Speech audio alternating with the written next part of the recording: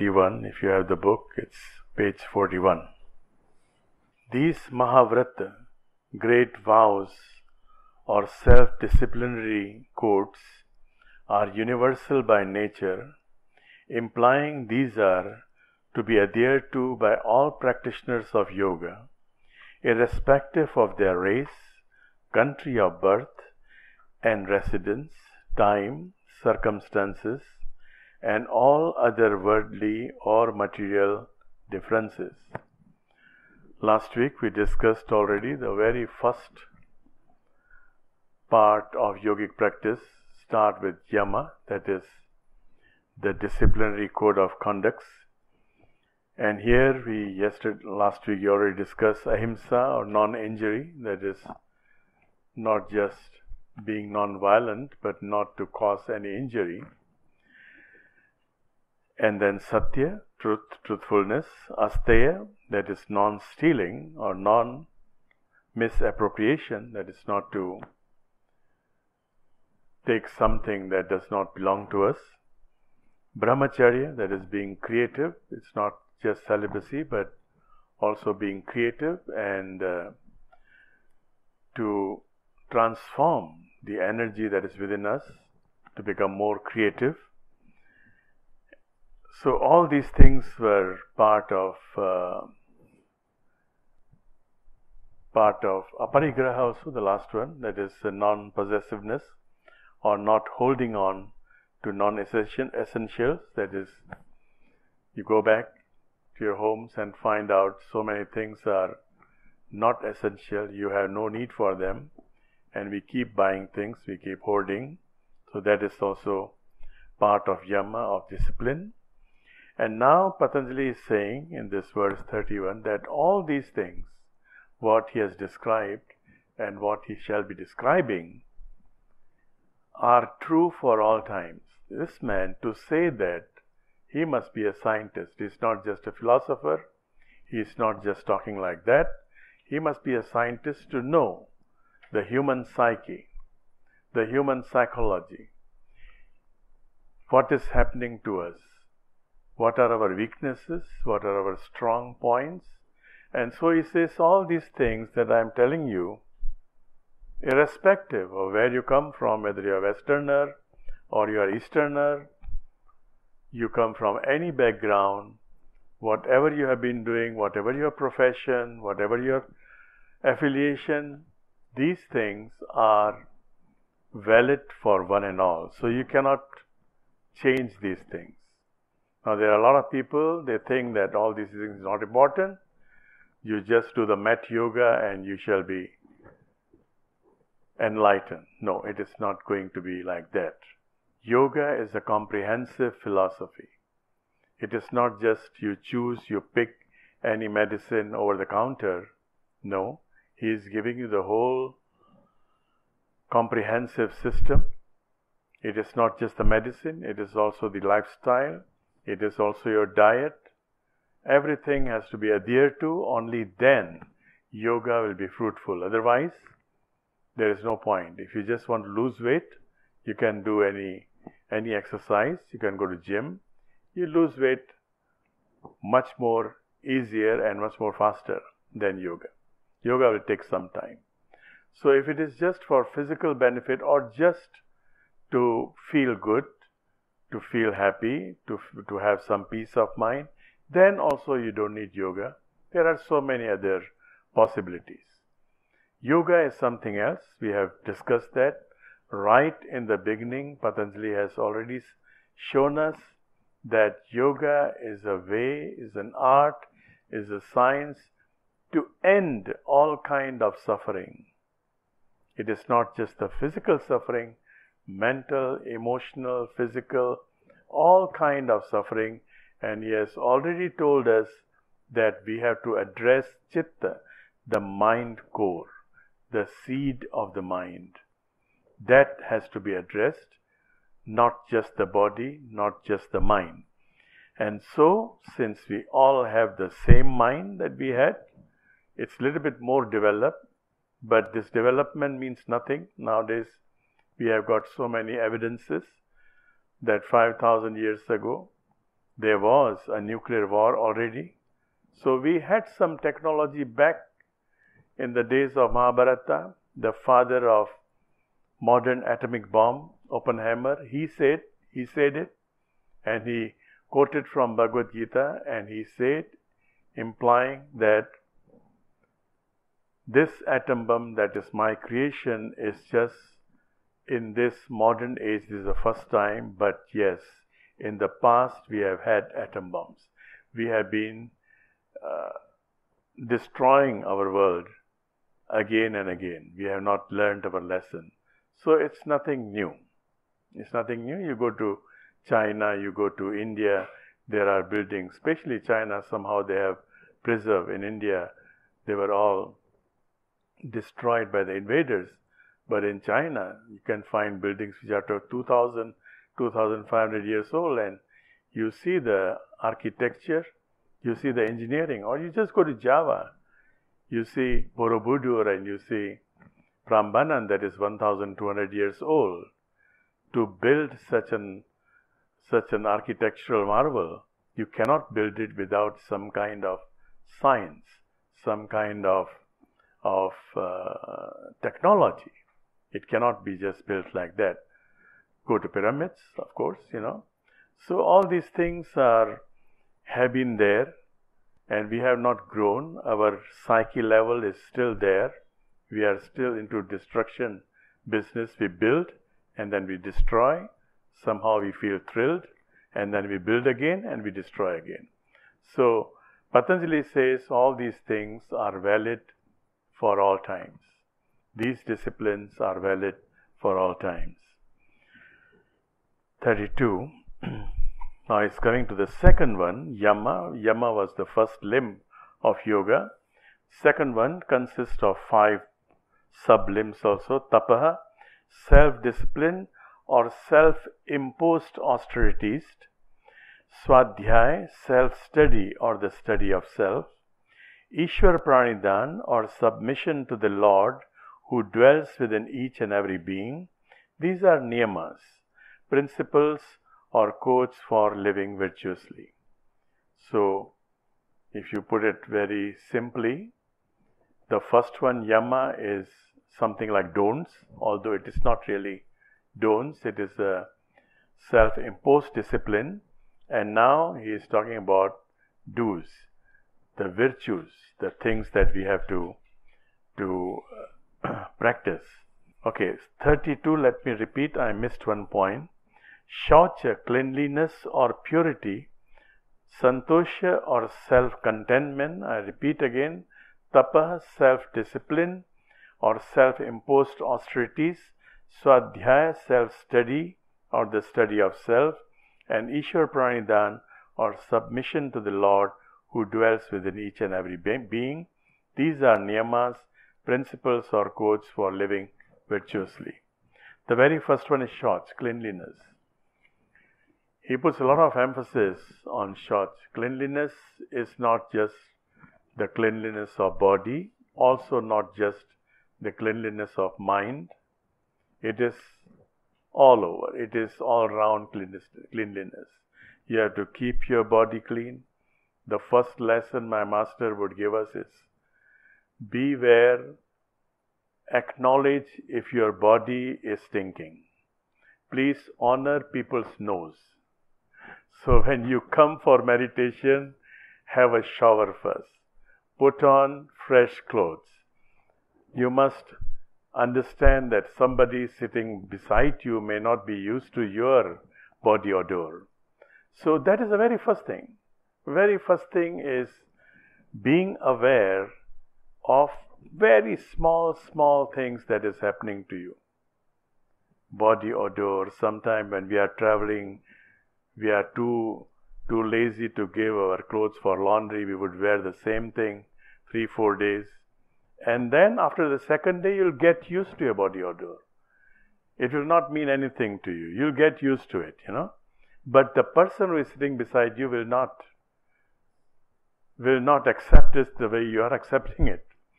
So shaucha is not just the body thing, also mental cleanliness. how you think, what you think, purity of your body, purity or cleanliness of your mind, of your feeling, If you talk to Freud, whatever, we may or we may not agree with Freud, but the fact is, even those who do not agree somehow, they do agree. So, if you talk to Freud, anything you do, he will try to explain it using the analogy of sex. So, even if you are just doing like this, he will say that you're feeling horny. Everything is sexually oriented to Freud.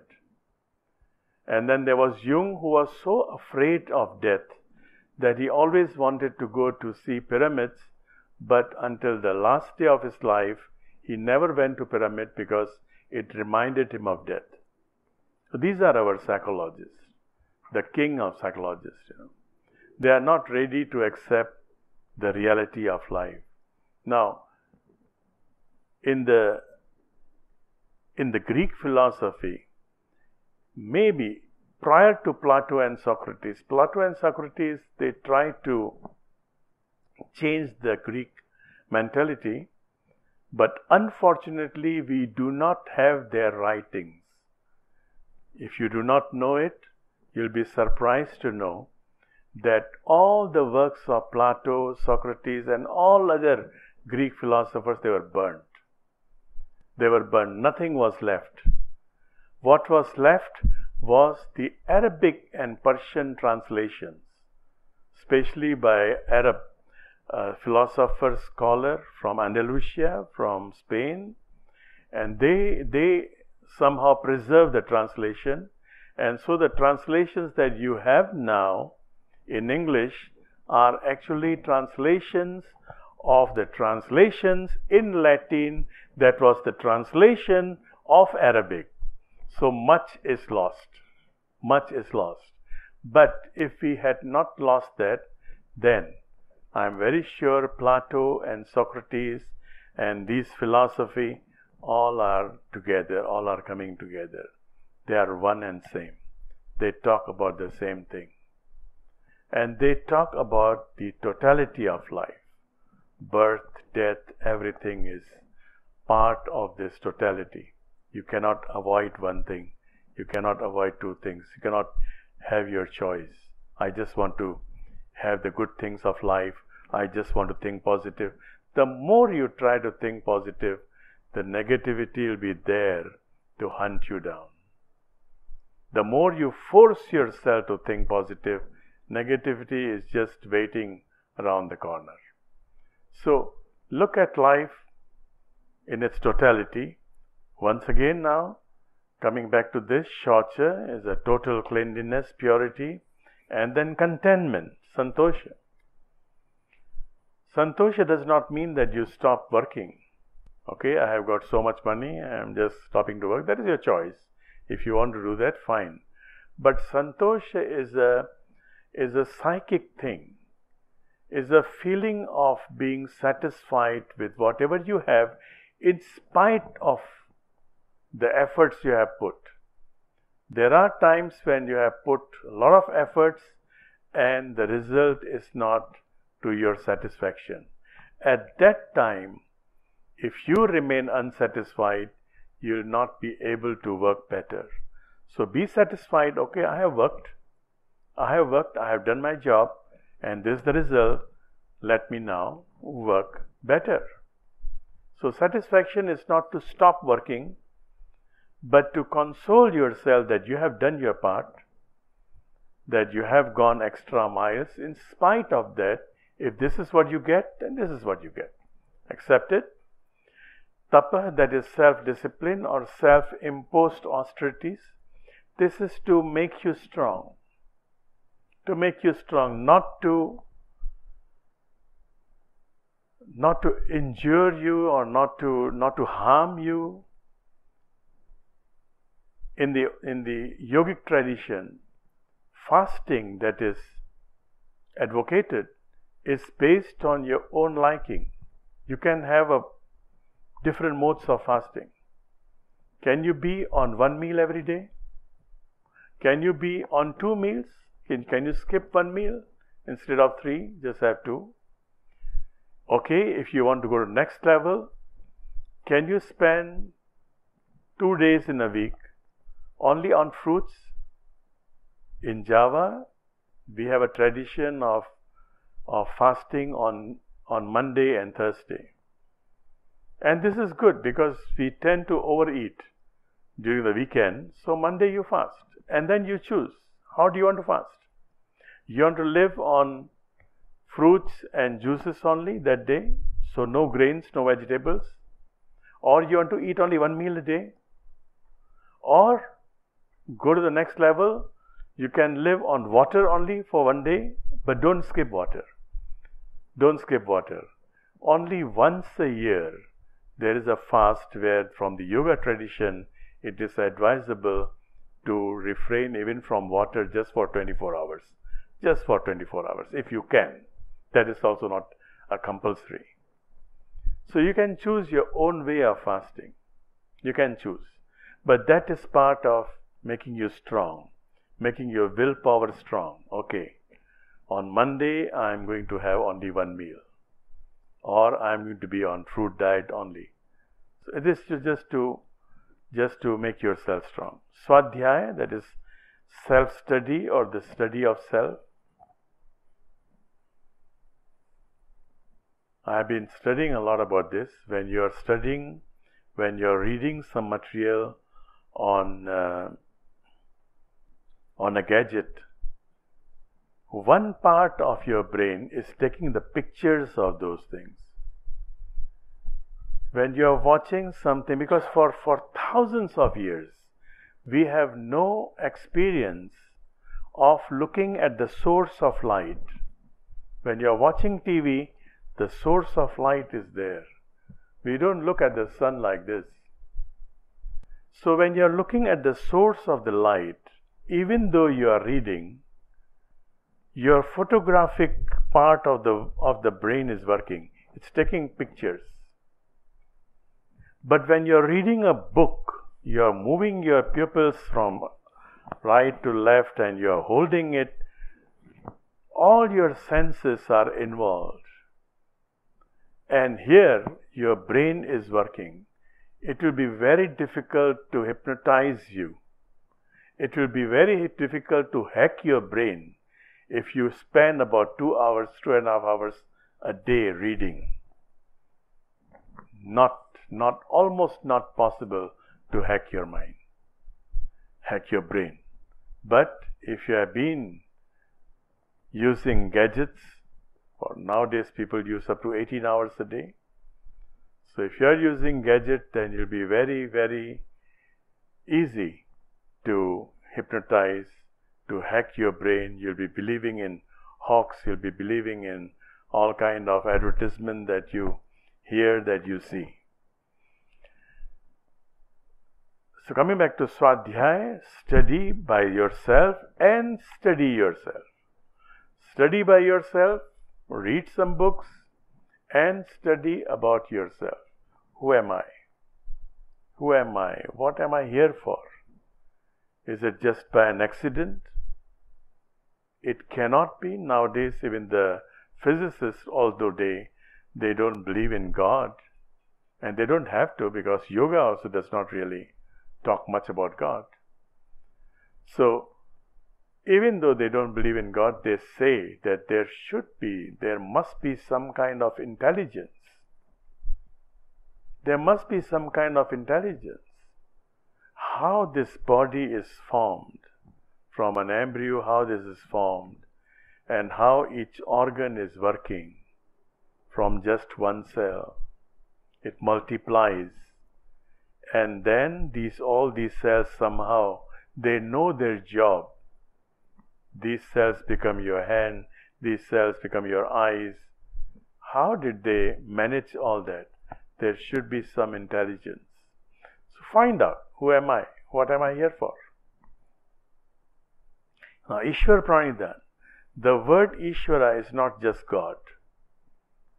It is not just God, but it is one. In fact, there is no God in the word Ishwar. One who dwells in all beings. submission to the one who dwells in all beings means to serve each and every being in the capacity that you can, in whatever capacity you can. So it's not just human beings, but all fellow living beings.